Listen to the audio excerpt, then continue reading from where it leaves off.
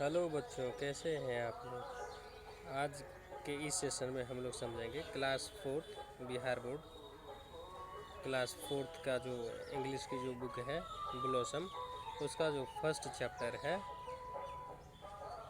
First lesson जो है poem है फर्स्ट की आई लव ग्रैंड माँ। इसके बारे में पढ़ेंगे हम लोग कि इस पोएम में पोइट जो है क्या कहना चाह रहा है। इसके बारे में हम लोग बहुत अच्छी तरीके से इसको समझेंगे, ठीक है। तो चलिए हम लोग बिना देर किए इसको आगे हम लोग समझते थे। ये जो पोएम आगे दिया हुआ है यहाँ, आई लव ग्रैंड माँ, तो इस पोएम को पढ़ने से पहले, समझने से पहले कुछ क्वेश्चन दिया हुआ है जो कि आप ही से रिलेटेड है, इस पोएम से रिलेटेड, जो कि पोएम से पहले ये सब मालूम होना चाहिए। तो आप सभी बताइए कि बताइएगा, या फर्स्ट जो इसमें दिया हुआ है ये देखिए कि who else besides your father and mother live और लिव्स इन योर फैमिली। इसका मतलब ये हो गया कि आपके फैमिली में, आपके परिवार में जो है beside your father and mother, मतलब आपकी मम्मी और पापा के अलावे भी कौन कौन से लोग रहते हैं। तो ऑब्वियस ही बात है कि फैमिली, जो फैमिली होती है, जॉइंट फैमिली जो होती है, उसमें दादा दादी, पापा मम्मी, चाचा चाची, भाई बहन, कज़न, ये सब होते हैं सारे। तो सभी के फैमिली में जो है मम्मी पापा के अलावे भाई बहन, अंकल आंटी, दादा दादी, ये सब ग्रैंडफादर ग्रैंडमदर, दादा दादी बोलते हैं, ये सब होंगे। तो ये बताना है आपको। सेकंड में ये है कि डू यू हैव दादी। दादी को हम लोग ऐसे अपने लैंग्वेज में दादी बोलते हैं, इंग्लिश में इसको ग्रैंड मदर या ग्रैंड माँ बोलते हैं। तो क्या आपके पास या आपको ग्रैंड मदर मतलब दादी या नानी है, नानी को बोलते हैं मैटरनल ग्रैंड मदर। मैटरनल मतलब मम्मी के यहाँ जो है, मम्मी की जो माता पिता है उसके यहाँ, तो मैटरनल ग्रैंड मदर मतलब हो गया मम्मी की मम्मी, मतलब नानी जिसको हम लोग बोलते हैं। तो क्या आप लोगों के पास दादी या नानी है आपके घर पे। तो how much are you attached with her. तो उनके साथ, दादी और नानी के साथ आप लोग कितने उनसे लगाव रखते हैं, कितने अटैच हैं उनसे, कितना प्रेम है, मोहब्बत है, कितना प्यार करते हैं, ये इसके बारे में बताना है। तो अब ऐसी बात है, जो भी बच्चे होते हैं उसको दादी नानी से सबसे ज़्यादा प्यार होता है, सबसे ज़्यादा लगाव होता है, ठीक है। थर्ड में ये बताना है कि डू यू लव हर। क्या आप लोग या आप अपनी दादी या नानी से प्यार करते हैं, मोहब्बत। तो सभी बच्चे जो है ज़्यादा लगाव होता है, प्यार दादा दादी से, दादी नानी से करते हैं। तो how do you show your love to her. तो आप अपने जो मोहब्बत है, प्रेम है, स्नेह है, उनके साथ कैसे दिखाते हैं, शो करते हैं, दर्शाते हैं कि आपको कितना लगाव, कितना प्रेम अपनी दादी या नानी से है, ठीक है। फोर्थ में ये कि how do your parents behave with her. अब ये है कि आपके जो पेरेंट्स है, पेरेंट्स मतलब माता पिता, मम्मी और पापा, तो ये आपके जो मम्मी और पापा है, ये आपके दादी के साथ किस तरह से बिहेव करते हैं, कैसा व्यवहार रखते हैं, अच्छा बर्ताव रखते हैं। जो दादी या दादा कुछ बोलते हैं तो उनकी जो आज्ञा है उनका पालन करते हैं, अच्छी से देख रेख करते हैं। अब दादी जनरली जो होती है वो मतलब ओल्ड होती है ज़्यादा, वो खुद से ज़्यादा वर्क नहीं कर पाती है।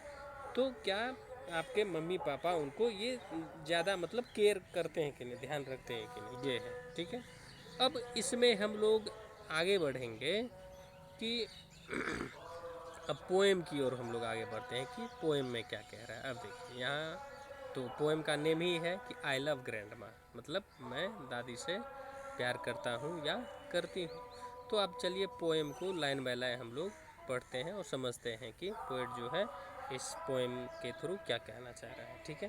तो यहाँ है ग्रैंड माज आइज आर शाइनिंग ब्लू। अब यहाँ पे जो देख रहे हैं ये कॉमा और एस, इसका मतलब होता है काके की। तो ग्रैंड माज आइज मतलब दादी माँ जो है उसकी आँखें, आर शाइनिंग ब्लू मतलब नीली नीली आँखें दादी माँ की है। शाइनिंग मतलब चमकीला होता है, तो मतलब नीला नीला चमकीला है, मतलब ब्लू कलर का जो है दादी माँ की आँखें है, ठीक है। उसके बाद through the glasses on her nose. अब ये इसमें जो है दादी नानी जो जनरली जो होता है वो मतलब ओल्ड होती है, तो इसका मतलब उनकी नज़रें कमज़ोर होगी और वो चश्मा पहनती होगी। तो यहाँ जो इसमें जो पोइट बताना चाह रहा है नानी के बारे, ये दादी के बारे में, वो उनकी वो जो है चश्मा लगाती है। तो चश्मा जो है कोई भी लगाता है चश्मा तो नाक के ऊपर लगाता है, तो वहीं यहाँ दिया हुआ कि थ्रू द ग्लासेस, ग्लासेस मतलब चश्मा, ऑन हर नोज़ मतलब दादी माँ की नाक पर जो चश्मा है उस थ्रू द ग्लास मतलब होता कि चश्मे से देखें, मतलब चश्मा पहनी हुई है उससे हम लोग उनकी चश्मा से हम लोग देखते हैं कि दादी माँ की आंखें जो है वो ब्लू ब्लू चमक रही है, चमकीला है। ग्रैंड माँ हैज़ द स्वीटेस्ट स्माइल। अब ग्रैंड माँ मतलब दादी की जो मुस्कान है, स्माइल है, मुस्कुराहट है, वो बहुत प्यारी है, बहुत अच्छी लगती है। एंड और द नाइसेस्ट स्मेलिंग क्लॉथ्स, और वो दादी माँ जो साड़ी या जो भी क्लॉथ पहनी हुई है उसका जो स्मेल है, वैसे भी अगर नए नए कपड़े पहनते हैं हम लोग तो उस कपड़े का जो स्मेल होता है कुछ बहुत ही अच्छा अजीब सा होता है, वो स्मेल बहुत अच्छा लगता है। तो दादी माँ जो कपड़ा पहनी हुई है उसका भी स्मेल जो है कुछ इसी तरह से है। व्हेन मतलब होता है जब, ग्रैंड माँ रेस्ट जब दादी माँ आराम करने लगती है या मतलब सो जाती है। आई एम स्टिल, स्टिल का मतलब होता है शांत हो जाना, मतलब जब दादी माँ आराम करने चली जाती है, आराम करती है तो मैं शांत हो जाता हूँ या मैं शांत हो जाती हूँ। क्यों? क्योंकि अगर शोर शराबा करेंगे, हल्ला गुल्ला करेंगे, खेलेंगे, उधम मचाएंगे तो जो है नींद दादी माँ जग जाएगी नींद से और वो आराम नहीं कर पाएगी। इसलिए जब दादी माँ रेस्ट करने चली जाती है, आराम करने चली जाती है, सो जाती है तो मैं बिल्कुल शांत हो जाता हूँ। अनटिल जब तक शी वेक्स अप, तब तक शांत रहता हूँ जब तक दादी माँ जग नहीं जाती है। एंड देन और तब आई रन मतलब मैं भागता हूँ, दौड़ता हूँ। एंड हग माई ग्रैंड माँ डियर, मैं अपनी प्यारी दादी माँ को गले लगाता हूँ। यहाँ HUG हग मतलब होता है गले लगना, गले लगाना, आलिंगन करना, वो गले लगाता हूँ अपनी प्यारी दादी माँ को। ठीक है। अब उसके बाद है कि then she hugs me back again, उसके बाद ये है कि जब मैं दौड़ के जाता हूँ उनको गले लगाता हूँ तो दादी माँ भी मुझे गले लगाती है फिर से। ठीक है। तो आई होप कि ये जो इतनी प्यारी कविता है दादी माँ के ऊपर, ये बहुत अच्छी तरह से समझ में आ जाना चाहिए, आ गया होगा।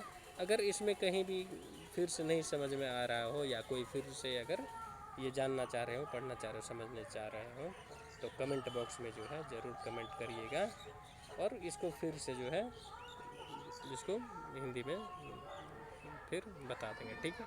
अब ये जो पोएम पढ़े हैं इसमें तो सभी का जो मीनिंग बता ही दिए हैं, इसका कुछ शायद वर्ड मीनिंग है वो दिया हुआ है, तो इस चीज़ को भी समझिए कि शाइनिंग मतलब होता है चमकीला।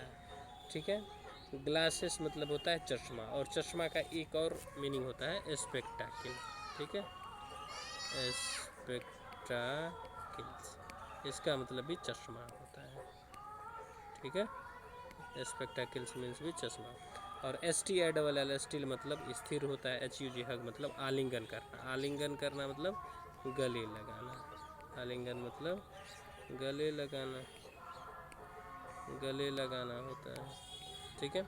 वेकअप मतलब जागना, मतलब जो सो रहा होता है, मतलब सो करके उठना जो होता है वो वेकअप होता है, जगना। जैसे आप लोग डेली रात में सोने के बाद सुबह में जगते हैं तो वही जगना होता है। ठीक है। अब इसमें जो है ये इसमें आप क्वेश्चन आंसर है, इस क्वेश्चन आंसर को आप बहुत इजीली फर्स्ट में जो है ट्रू फॉल्स दिया हुआ है, सही गलत बताना। उसके बाद यहाँ इस पोएम से रिलेटेड देखिए बॉक्स में जो है दिया हुआ है वर्ड्स, जो अप्रोप्रिएट वर्ड है जो सूटेबल है वो इसमें रखना है। और इस तरह से फिर क्वेश्चन आंसर है ऐसे। तो क्वेश्चन आंसर जो है हम लोग नेक्स्ट क्लास में, नेक्स्ट सेशन में, नेक्स्ट वीडियोज में करेंगे, इसकी चर्चा बताएंगे। फिलहाल जो है आप एक बार फिर रिवाइज कर लीजिएगा, इसको याद कर लीजिएगा, एक बार फिर जो है इसको समझ लीजिए कि ग्रैंड माज एज आर शाइनिंग ब्लू मतलब दादी माँ की आंखें जो है नीली है, नीली रंग की चमक रही है। Through the glasses on her nose, उनकी नाक पे जो चश्मे हैं उससे जो है दिखाई दे रहा है कि दादी माँ की जो आंखें हैं वो ब्लू कलर की नीली नीली आंखें चमक रही है या चमकीली है। ग्रैंड माँ हैज़ द स्वीटेस्ट स्माइल, जब दादी माँ मुस्कान जो है दादी माँ की वो बहुत ही प्यारी मुस्कान है।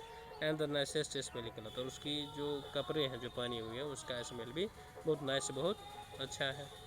व्हेन ग्रैंड माँ रेस्ट, जब दादी माँ आराम करने चली जाती है तो आई एम स्टिल मतलब मैं शांत हो जाता हूँ। अनटिल शी वेक्स अप मतलब जब तक वो जग नहीं जाती है तब तक शांत रहता हूँ। एंड दिन और तब आई रन, मैं दौड़ता हूँ, भागता हूँ दादी माँ की ओर। And hug my grand mother, मैं अपनी प्यारी दादी माँ को गले लगाता हूँ। और फिर then she hugs me back again, और दादी माँ भी मुझे गले लगाती है फिर से। ठीक है, तो आई होप कि समझ में आ गया होगा। चलिए फिर हम लोग मिलते हैं नेक्स्ट वीडियो में, तब तक के लिए बहुत बहुत धन्यवाद।